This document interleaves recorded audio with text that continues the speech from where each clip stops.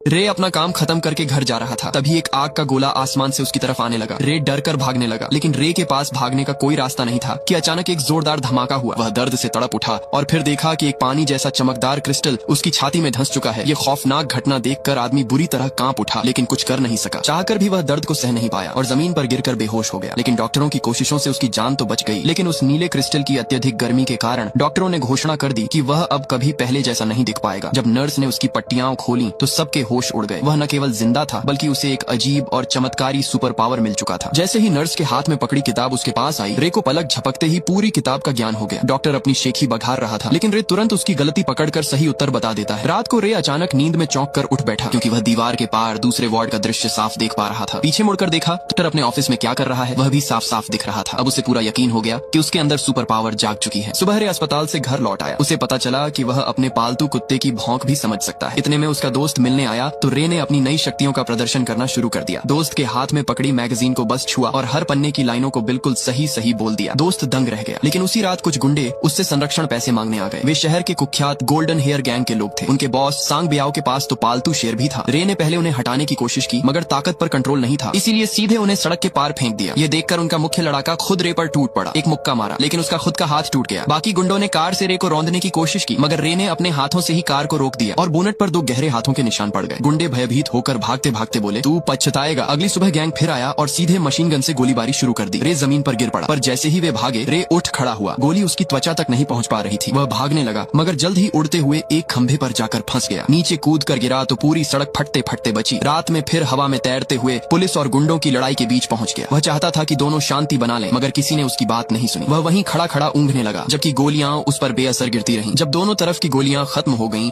तब जाकर उन्होंने हथियार नीचे रखे। लेकिन उसी रात गैंग ने रे के मोहल्ले पर फिर हमला कर दिया। रे ने सभी गोलियां रोक ली, मगर इस बार उसके हाथ जख्मी हो गए। सुपर पावर कमजोर पड़ चुका